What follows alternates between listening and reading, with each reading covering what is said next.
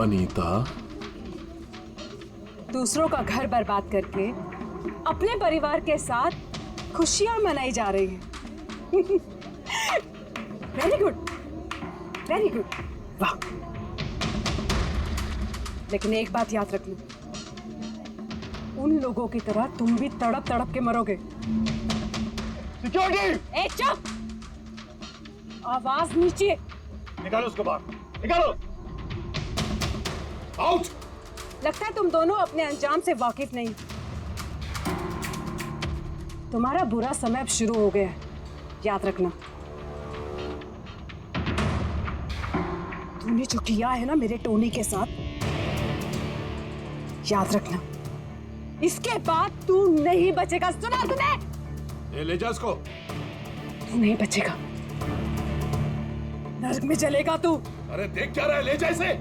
नर्क में चलेगा तू, तड़प तड़प के चलेगा, याद रखना। अरे जा।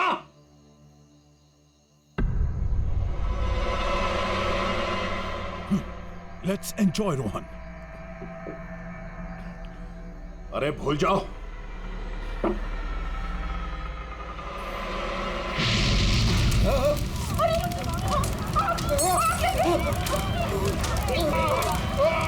दिलीप और रोहन जिस केस में फंसे थे, उसी केस में कोर्ट ने टोनी को सजा दी थी। अच्छा, किस किस को पता था कि आप लोग यहाँ रेस्टोरेंट में आने वाले हैं? पता नहीं सर। अच्छा, दिलीप जी के आने से पहले इस चेयर के आसपास किसी को देखा था क्या? किसी अनजान आदमी को? नहीं सर, किसी को नहीं देखा सर। ये टेबल किसने रिजर्व किया था? दिलीप जी का फोन आया था, कह रहे थे कि हमारे लिए टेबल रिजर्व रखो। हमेशा यहीं बैठते थे, इसी टेबल इसी चेयर पर, रेगुलर कस्टमर थे हमारे। किसी को पहले से पता था कि दिलीप यहाँ इसी टेबल पे बैठेगा? सर, कुर्सी के पास तो ऐसी कोई चीज नहीं है जिससे आग लग सकती हो। कमाल की मिस्ट्री है यार। सीसीटीवी कैमरा,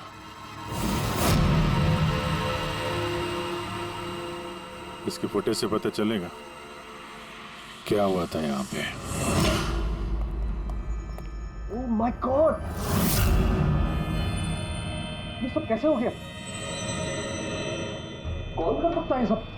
उसी ने जिसने दिलीप का खून किया, सबूत मिटाने के लिए। ऐसे कैसे कोई मॉनिटर रूम में घुसा है? सिक्योरिटी कहाँ है तुम्हारी? सर, इस रूम में सिक्योरिटी की जरूरत ही नहीं है, इससे पहले कभी ऐसा हुआ ही नहीं है। सर, सर मुझे नहीं लगता उसके पास टाइम होगा सीसीटीवी फुटेज डिलीट करने का। सर, उसने बस तोड़फोड़ कर दी है। अगर हम किसी एक्सपर्ट को बुलाते हैं सर, तो वो शायद हार्ड डिस्क से रिकवर कर पाए।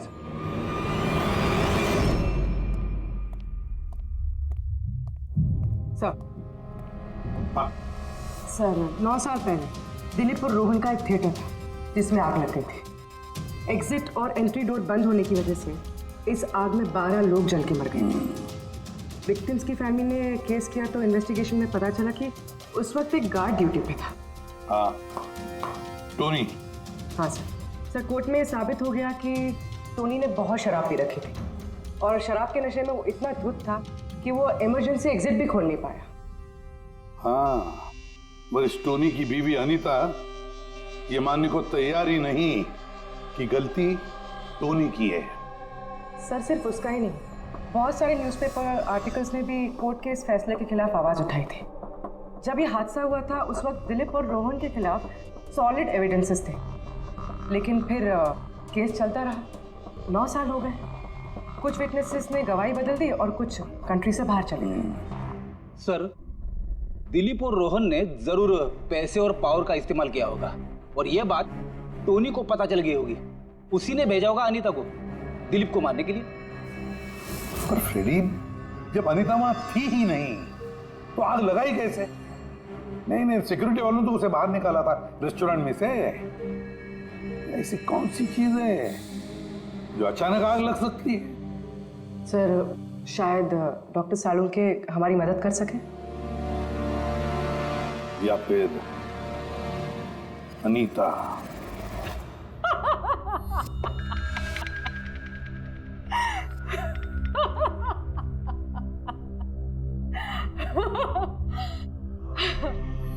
किस बात पे इतना हैरान है? मेरी हंसी पे? क्या दिलीप की मौत पे? दिलीप की मौत पे तुम इतना खुश क्यों हो रही हो? अब मैं खुश नहीं होंगी तो और कौन होगा? कल रात रेस्टोरेंट से निकलने के बाद तुम कहाँ गई थी? जेल, अपने पति से मिलने। वार्डन के पास सारे रिकॉर्ड हैं, आप चाहें तो चेक कर सकते हैं। वो तो हम करेंगे, और ये भी कि आखिर तुमने वो आग लगाई कैसे? कोई काला जादू किया तुमने? दिलीप को अचानक आग कैसे लग गई? काला जादू आता तो जरूर करती, पर मैं बहुत खुश हूं। ये दिलीप भी उसी तरह तड़प तड़प के मरा है जिस तरह 9 साल पहले वो बेकसूर लोग मरे थे, जिसकी सजा मेरा पति टोनी भुगत रहा है। तुम ये कैसे कह सकती हो कि टोनी की गलती नहीं थी? तुम तो वहां थी नहीं। मैं वहां नहीं थी, लेकिन टोनी यहाँ था। उस दिन उसकी तबीयत खराब थी। उसने अपने मालिकों से, रोहन और दिलीप से कहा, वो जल्दी घर आ गया आग लगने से पहले। गलती उन दोनों की थी। अरे पुराना दरवाजा ठीक ही नहीं करवाया, जिसके कारण वहां आग में वो लोग झुलस के रह गए। मेरे पति की गलती नहीं थी, उन दोनों की थी। तो बहुत गुस्सा आया होगा ना तुम्हें? दोनों को मारने का भी मन किया होगा? 12 लोग मरे हैं वहां। मुझसे कहीं ज्यादा गुस्सा उन लोगों के परिवार वालों को आया होगा, पर वो बहुत खुश होंगे अब दिलीप की मौत की खबर सुनके। बहुत खुश होंगे। वो लोग और भी खुश हो जाएंगे जब रोहन चल के मरेगा।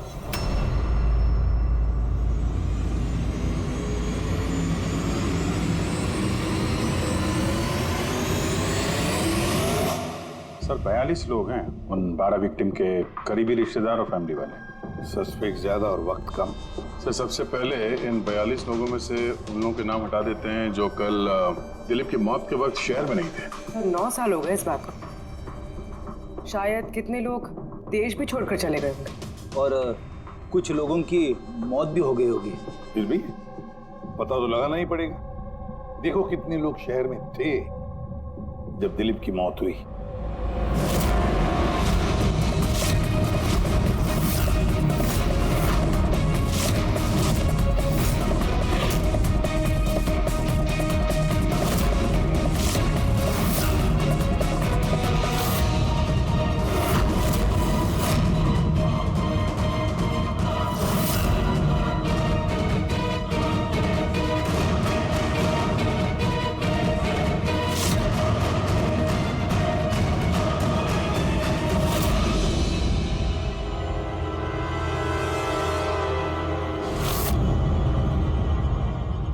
हाँ पंकज, कितने बजे?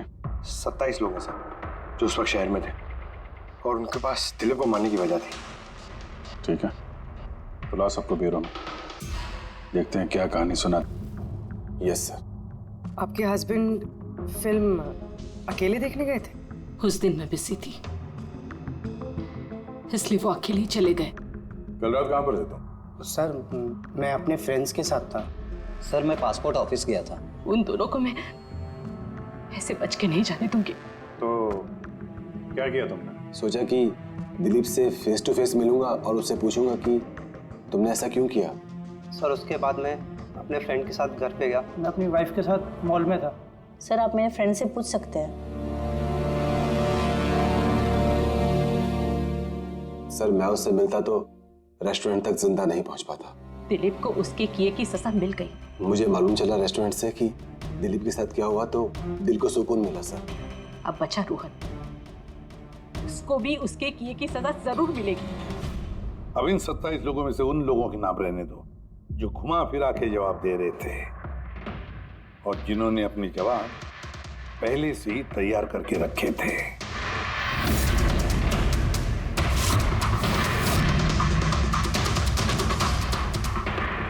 सर अब 15 बजे। अब इन 15 लोगों को उस दिन के बारे में पूछते हैं जब 9 साल पहले थिएटर में आग लगी थी। देखते हैं किसे सबसे ज्यादा गुस्सा आता है, कौन मुंह फेर लेता है। सर, मेरा भाई 10वीं पास हो गया। उसने कहा पार्टी देनी है, दोस्तों को पिक्चर दिखाना है, पैसे दो। सर, मैंने वो पैसे उसे दे दिए। काश वो पैसे मुझे उसे देने नहीं चाहिए थे सर। जिसने भी ये किया बहुत अच्छा किया। आज मैं खुश हूं, आज मैं बहुत खुश हूं। कुमार साहब, आप यूनिवर्सिटी में फिजिक्स के प्रोफेसर हैं, है ना? Yes sir, head of the department physics. लेकिन मेरे खुद के बेटे को पढ़ाई में कोई इंटरेस्ट नहीं था। बहुत डांटता था मैं उसे, लेकिन अनिकेत के ऊपर कभी कोई फर्क नहीं पड़ा। एक नंबर का बदमाश बन गया था वो। उस दिन भी वो कॉलेज से बंक करके दोस्तों के साथ फिल्म देखने चला गया और सर, और वापस घर पे कभी नहीं आया। हिमेश, राइट? कॉन्ट्रैक्टर हो ना तुम? हाँ सर। हिमेश, 9 साल पहले तुम अपनी पत्नी के साथ फिल्म देखने गए थे उस थिएटर में। नई नई शादी हुई थी मेरी। सलोनी के साथ फिल्म देखने के लिए गया था। उसको भूख लगी थी। मैं समोसे लेने के लिए बाहर गया। मैं वापस आया तो देखा वहां के दरवाजे लॉक हो गए थे। वहां अंदर से लोगों के चिल्लाने की आवाज आ रही थी और धुआं निकल रहा था वहां से। सलोनी, मैंने सब दरवाजे खोलने की बहुत कोशिश की। सलोनी, मैंने बहुत कोशिश की। मैं पागलों की तरह दरवाजा को ठोकता रहा, पीटता रहा। सलोनी, सलोनी, सलोनी, सलोनी, सलोनी चिल्लाता रहा। अरे कोई दरवाजा खोल दो यार। सलोनी, सलोनी। लेकिन मैं कुछ नहीं कर सका सर, मैं कुछ नहीं कर सका। अपनी सलोनी को मैं बचा नहीं सकता। वहां पे एक गार्ड भी था ना, टोनी, उससे भी दरवाजा नहीं खुला क्या? नहीं था सर। वहां कोई और गार्ड, किसी और को देखा था तुमने? कोई नहीं था सर, कोई नहीं था। मैं 9 साल पहले जो बात कोर्ट में कहा वही आज कह रहा हूं। जब सिनेमा हॉल में आग लगी थी उस वक्त टोनी वहां पर नहीं था सर।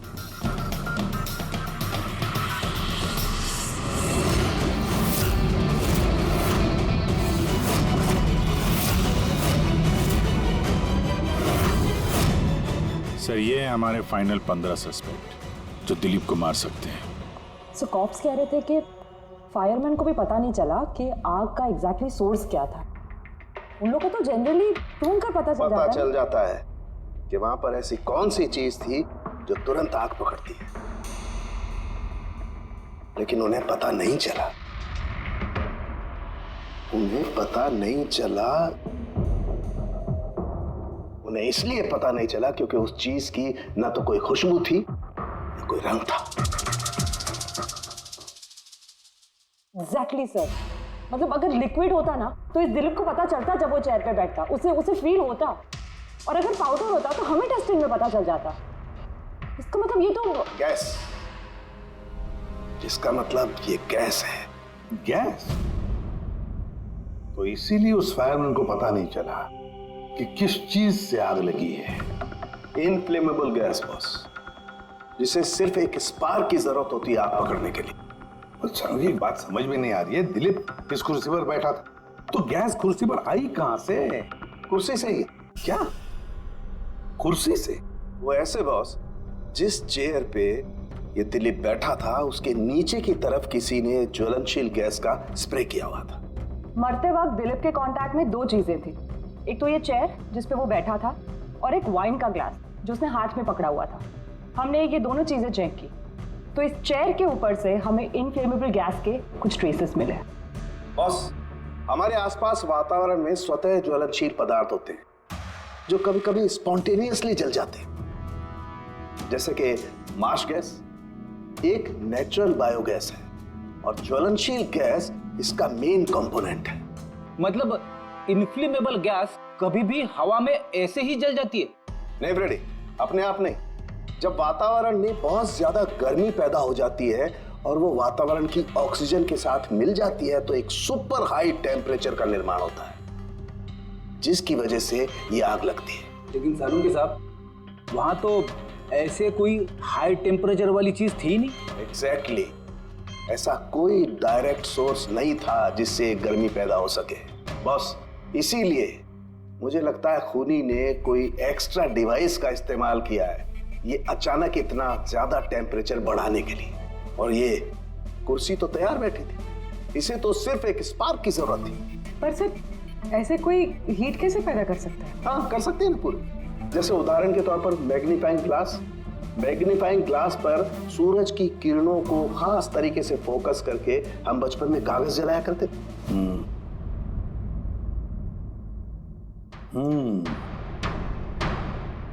लगता है इस रेस्टोरेंट में फिर से जाना पड़ेगा, पता लगाना पड़ेगा किस चीज से आग लगी।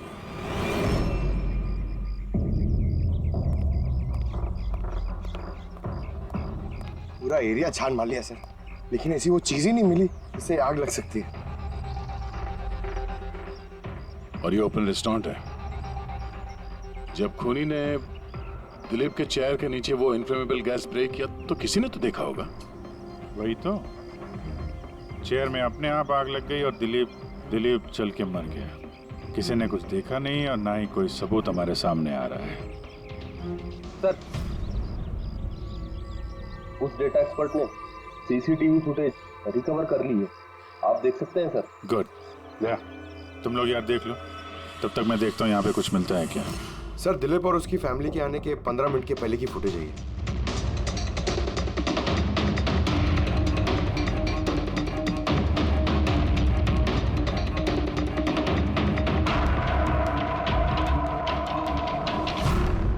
ये कुर्सी चेंज कर रहा है।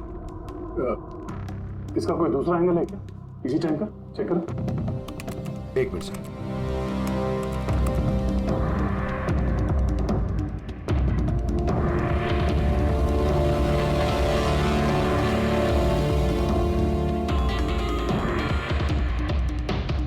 ये कुर्सी के साथ क्या कर रहा है? गैस स्प्रे कर रहा है क्या? हाँ, तो उसने अपने चेयर पे गैस स्प्रे किया और उसने अपनी कुर्सी को उस कुर्सी से बदल दी जिस पे दिलीप बैठने वाला था।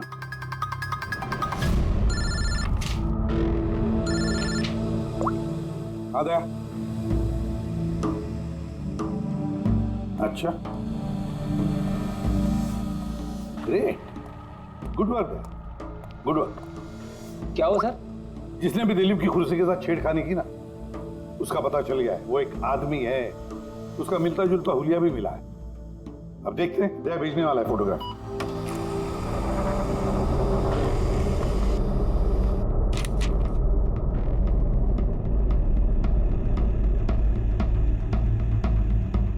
खूनी इन बचे लोगों में से कोई एक है, इन्हीं में से एक। और अब इसका अगला शिकार रोहन है।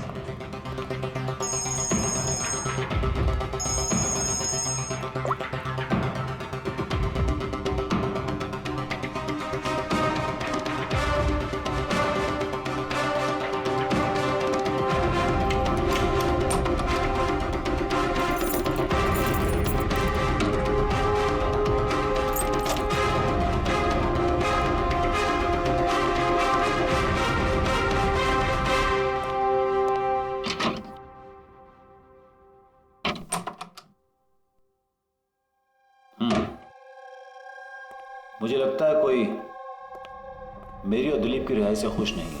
मेरी जान को खतरा है यहाँ पर। I will talk to you later, bye. Sir, everything is okay. Alright, तुम यहीं पर रहना और किसी को भी अंदर मत आने देना। Be alert, okay? Okay sir.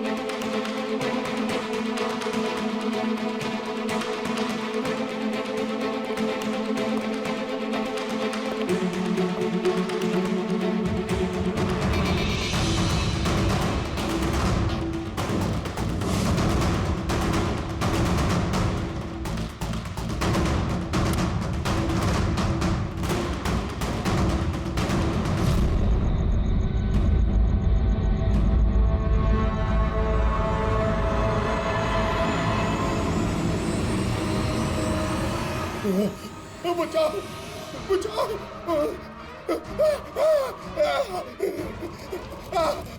बचाओ परे परे बचाओ बचाओ बचाओ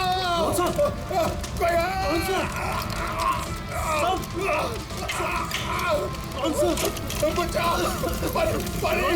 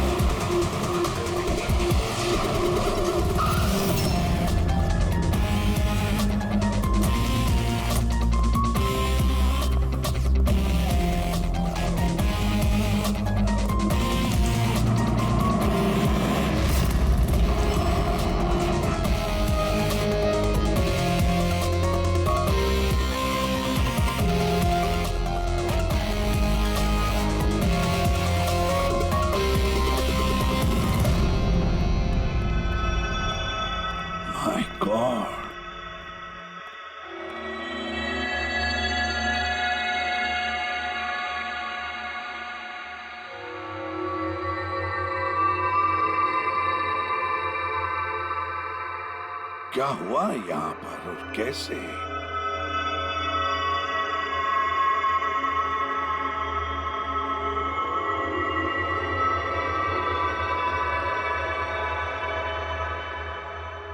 यहाँ पर भी और किसी किस्म की कोई स्मेल नहीं सिवाय इस जली हुई लाश की बदबू के। यानी ये मर्डर भी इन्फ्लेमेबल गैस से हुआ है? शायद। ये सब हुआ कैसे? हाँ? सर मैं रोहन सर का बॉडीगार्ड हूँ सर। अच्छा, तो फिर ये आप लोग कहाँ थे जब ये सब हुआ?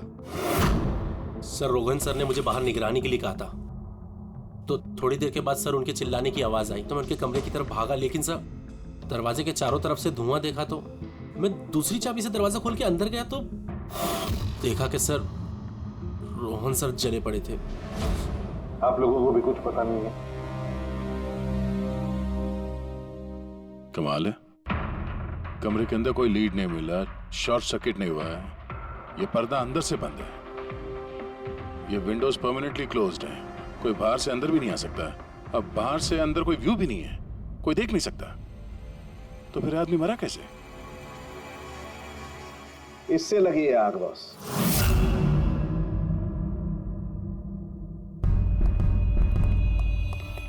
ये इस चीज से ये है क्या सर? फिलामेंट है। फिलामेंट? इलेक्ट्रिक बल्ब के अंदर का फिलामेंट। और जब इस फिलामेंट में इलेक्ट्रिक करंट पास होता है तो ये गर्म होकर के लाल हो जाता है। बॉस टूनी ने भी इसी टेक्निक का इस्तेमाल किया है उस ज्वलनशील गैस को जलाने के लिए। पर वहाँ रेस्टोरेंट में जहाँ पर दिलीप की मौत हुई थी, वहां पर तो हमें ऐसा कोई फिलामेंट वगैरह नहीं मिला। और इतनी छोटी सी चीज है, वो खुली जगह है, उड़ गई होगी शायद कहीं, लेकिन यहाँ तो पूरा कमरा बंद है, इसीलिए पलंग के नीचे मिल गया मुझे। लेकिन सर फिलामेंट से करंट पास होने के लिए वायर्स का कोई ना कोई कनेक्शन तो होना चाहिए ना बेड तक। होगा, यही कहीं होगा जरूर। तब पूरा बेड चेक कर लिया हमने, कमरा चेक कर लिया, ऐसा तो यहाँ पे कुछ भी नहीं मिला सर। दया, वो दरवाजा कैसा? मैनेजर। Yes sir. वो दरवाजा कहाँ खुलता है? सर दूसरा रूम है जो इस रूम से कनेक्टेड है सर। अब वैसे ये रूम सील्ड रहता है, इसे कोई खोलता नहीं सर। खोलो दरवाजा। Yes sir. आइए सर।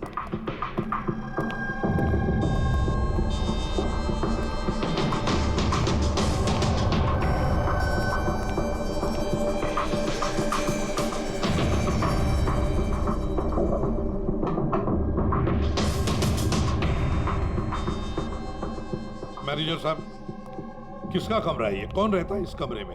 गेस्ट है कोई सर, डिटेल्स चेक करनी पड़ेगी। मंगाओ। Okay sir.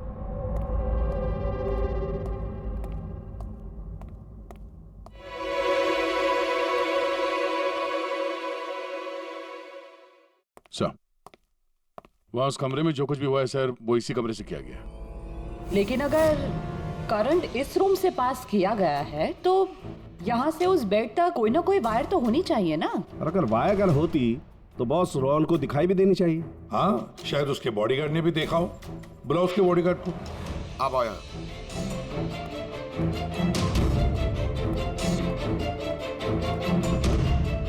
एक बात बताओ, जब तुम रोहन के कमरे में आए थे तब कोई वायर देखी? यहाँ इस दरवाजे से उस कमरे में जाते हुए कुछ भी?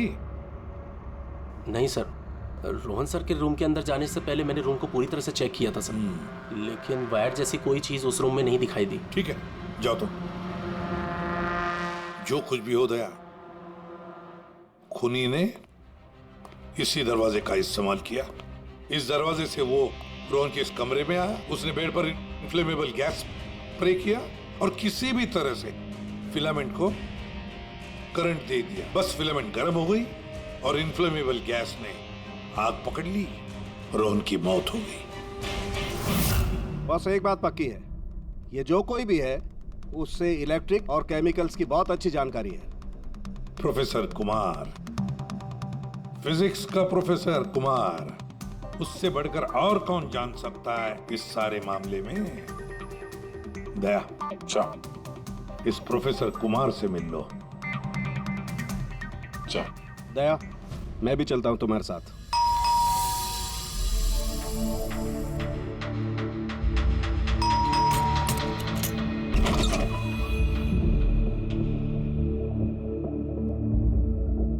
प्रोफेसर कुमार है घर पे? हाँ है, लेकिन आप लोग? सीआईडी। सीआईडी? सब ठीक तो है ना साहब? हाँ, उनसे कुछ पूछताछ करनी है। कहाँ है वो? बाहर बच्चों को पढ़ा रहे हैं, मैं बुला के लाता हूँ। कोई बात नहीं, हम देखते हैं।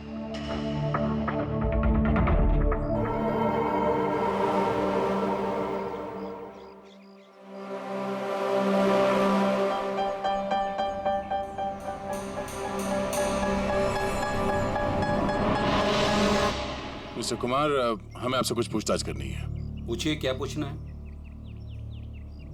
इसे पहचानते हैं? ये तो फिलामेंट है। गुड, सही पहचाना आपने। आपको पता ही है फिलामेंट हमें कहाँ से मिला? ये तो आप ही को पता होगा कहाँ से मिला आपको। रोहन के पेट के नीचे से। कल रात उसी पेड़ पे रोहन जल के मर गया। व्हाट? रोहन की भी डेथ हो गई? कल रात आप कहाँ पर थे? रात 9 से लेकर सुबह 3 बजे तक। आप मुझ पर शक कर रहे हैं? ये हमारे सवाल का जवाब नहीं हुआ मिस्टर कुमार। कल मैं पूरा दिन और पूरी रात घर पे ही था। कोई गवाह? जी हाँ, मेरा नौकर रामू और Vikas. Please come here.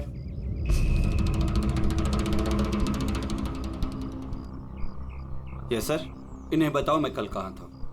Sir हमारे एक्स्ट्रा क्लासेस ले रहे थे यहीं पे सर। कितने बजे से कितने बजे तक? सर शाम के 6 बजे से सुबह के 5:30 बजे तक। सर हमारे एग्जाम आने वाले हैं ना, तो हमने इस सर को रिक्वेस्ट किया था एक्स्ट्रा क्लासेस लेने के लिए। ठीक है सर, तुम जाओ बेटा। सर मेरे 5 स्टूडेंट्स और भी हैं जो कल सुबह 9 बजे से लेकर 5:30 बजे तक हमारे साथ थे। कहें तो उनको बुला लूं? ठीक है। अब मैं जा सकता हूं सर, बच्चों को पढ़ाना है। Please please. Thank you.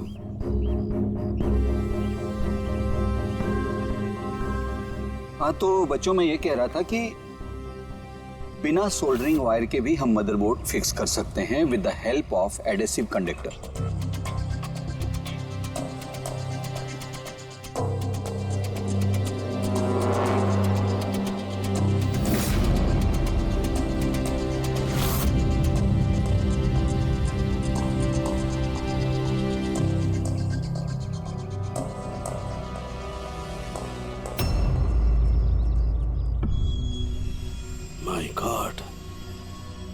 My God यार, ये क्या बात? क्या?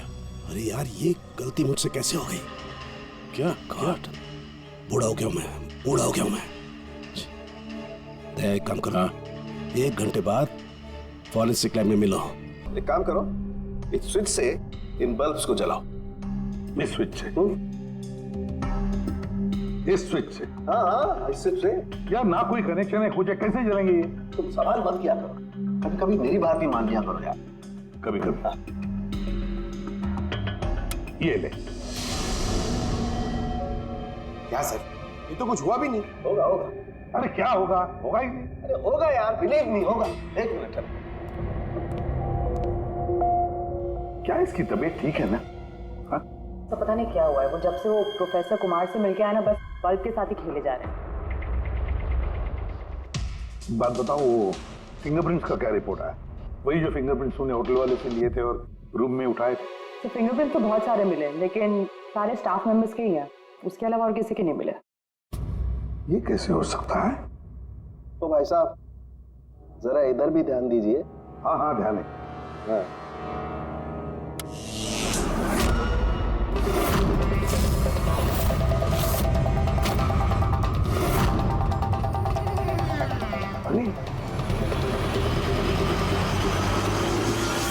सर ये बल्ब जलने कैसे लगे? क्या बात है सालुंके साहब, बिना वायर के सारे बल्ब जला दिए। लेकिन सालुंके साहब, ये सब आपने किया कैसे? ठीक वैसे ही हुआ ये फ्रेडी, जैसे कि खूनी ने किया था उस दिलीप की कुर्सी पे और रोहन के बेड पे। जादूगर सालुंखे, जरा साफ साफ बताइए आपने ये किया कैसे? करंट क्या हवा में से आया? हवा में से नहीं आया बॉस, करंट आया है इलेक्ट्रिक पेंट के जरिए। Electric paint? हाँ, इलेक्ट्रिक पेंट। दरअसल बिजली के जो तार होते हैं वो मेटल के होते हैं और metal is a good conductor of electricity, इसीलिए करंट उनमें से पास होकर के जाता है। ठीक इसी तरीके से कुछ पेंट भी होते हैं जिन्हें हम इलेक्ट्रिक पेंट कहते हैं और ये भी गुड कंडक्टर ऑफ इलेक्ट्रिसिटी होते हैं। इनमें से भी इलेक्ट्रिसिटी पास हो सकती है और कमाल की बात यह है कि ये किसी भी कलर में मिल सकते हैं, जो आसानी से किसी भी बैकग्राउंड में मर्ज भी हो सकते हैं। ओह, इसीलिए हमें होटल रूम में और रेस्टोरेंट में कुछ दिखा नहीं सर। Exactly that.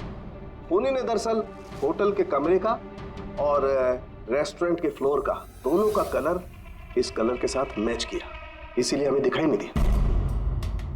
तो ये इलेक्ट्रिक करंट, आई मीन ये जो इलेक्ट्रिक पेंट है, ये आसानी से मिल जाता है? हाँ, मिल सकते हैं। दरअसल इलेक्ट्रिक सोल्डरिंग और रिपेयरिंग के काम में आते हैं और इनकी सबसे बड़ी खासियत ये है कि ये आमतौर पर नंगी आंखों से दिखाई नहीं देते, सिर्फ इंफ्रारेड लाइट में ही ये दिखाई देते हैं। मैं दिखाता हूँ।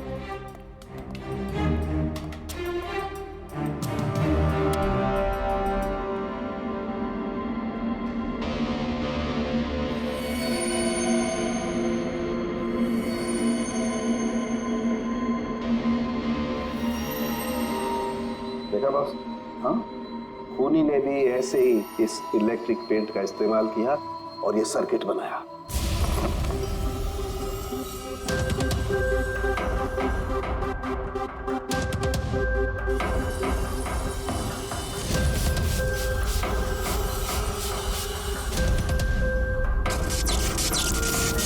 एक बात तो पक्की है, ये जो भी कोई है उसे इन सारी चीजों की पक्की जानकारी है।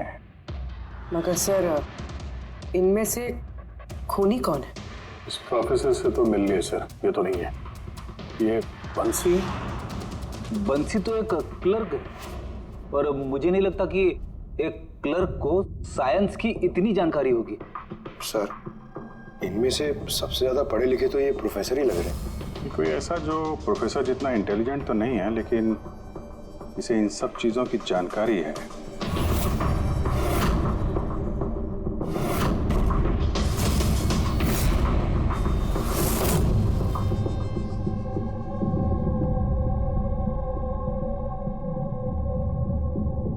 वो ये है अभिजीत, ये है वो। याद है क्या कहा था इसने, कि क्या काम करता?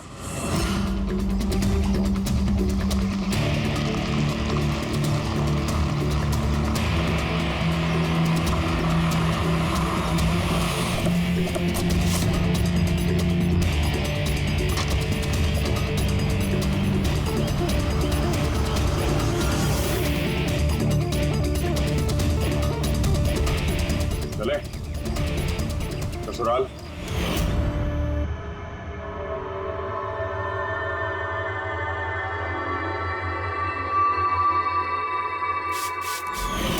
दिलीप और रोहन पर केस हुआ था, लेकिन मुझे मालूम था अपने पैसे और पावर के दम पर वो छूट जाएंगे।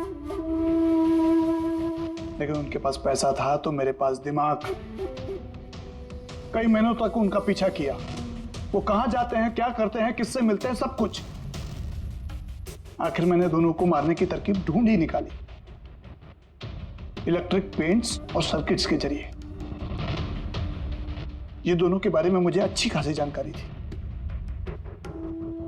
बस दे दी दोनों को सजा। दोनों को मार दिया जिंदा जलाकर, जैसे उन्होंने मेरी सलोनी को मारा था।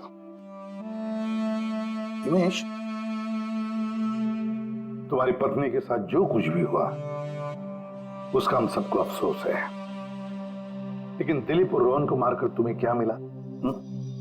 क्या तुम्हारी पत्नी वापस आ गई? बदले की आग में तुमने 2 लोगों की जानें ली। कानून तुम्हें कभी माफ नहीं करेगा। तुम्हें कड़ी से कड़ी सजा होगी।